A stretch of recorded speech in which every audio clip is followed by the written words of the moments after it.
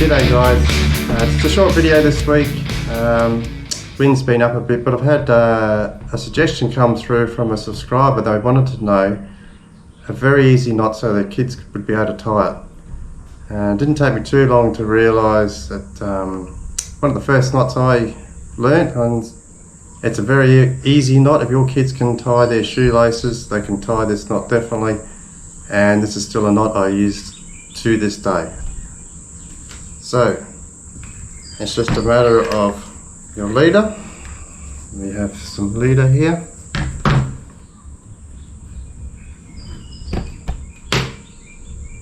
And all we're doing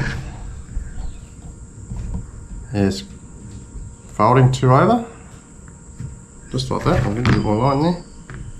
Just folding two over like that. So you doubled it over. You take that round and you make a loop. There's your loop.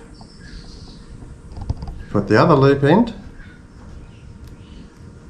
through the loop you created, go around twice, and it's just a matter of pulling it through. You can put a little bit of saliva, or if you've got a bit of water, and just help it to cinch up a little bit easier, and you just pull him through.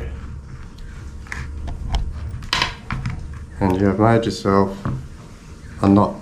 And it's as easy as that. That's the easiest one you'll ever make in your life. And it's strong, it'll never break. But the good thing about this knot, you can use it in so many different ways. Get that a little bit closer there. So this is the start of a fishing rig that I'm going to make. It's going to be, you're probably familiar with the paternoster rig. This is very, very simple. Righto, let's do that knot again. This is from my perspective. This is what I'm looking at through the camera. And I'll make this a big knot. So it's just a case of doubling line over. So we've got one strand of line there, double him over. So now we have two. Grab those two together, make a loop. So you see we've got a loop there. So we've got a loop here and loop there. This is the one you want to put through. So it goes through the loop once, through the loop twice, and just pull it down and cinch it up. As I said, without a little bit of saliva there, you won't quite get it. You can just see there's a little thing there. And if you pull on that tag end, that'll cinch up quite nice. You can use your teeth, I suppose, but if you use a little bit of water or saliva on it, that'll cinch up really nice, but that will never break. It's one of the most strongest knots I've come across. You will never have a failure at the knot. So that's it, it's quite easy. Hope this helps. And it can be used for many, many different scenarios. Whether it's going to tying on a lure, sinker, hook, anything. It's a great knot. So this is the bottom of the line. So if you're fishing off a boat, or off a pier, or off a pontoon, and you just want to drop straight down, this is the rig you make. Now I've got big sinkers and everything, just so it's, you guys can see it. But it's just a matter of that loop you've created, squeeze them together, and you put that loop through the hole of the sinker, and then you place it over the top. Bang. You now have your sinker on there. And you can cut your tag end off. It's a bit awkward now, I've got the sinker on there. You can cut that tag end off and have your sinker. So here's that knot I've just made. A little close up of the sinker. There's my sinker. There's the loop. Just a matter of squeezing it through the hole there. And you've got the loop, put the sinker through the loop, and it's on. Now that will not come off. And if you want to change sinkers, you can do the same thing, just push it through and it'll come off and you can do it again. So if you're using hooks, you can do the same thing. You want to change the size of your hook or the style, just push it through, off it comes. Then you take a bit more line and you can make this loop knot as small or as big as you want. So if I'm fishing off the, going to be fishing off the bottom of the ocean, or up here, make a big knot. Take a bit more, it's a good 30 centimeters. So now we're making a real big loop knot. Once again, same thing, double it over, make yourself a loop, and it's just a matter of putting the loop through the loop once, twice, give it a tug, bang. Now I've made a big one. What's the big one for? Well, we're going to put a hook on this one. Here's the hook. I've just got a bigger hook so you guys can see it.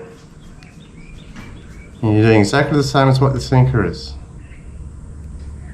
So all you're doing is you're getting the hook. Now I like to put it on backwards. A lot of people will put the hook around this way and put it on, but that's wrong. Put it back the other way. So you want the hook facing in the line. Squeeze those two together, push it through, loop there, put the hook through the loop, bang, done. Now you can see what we've done here.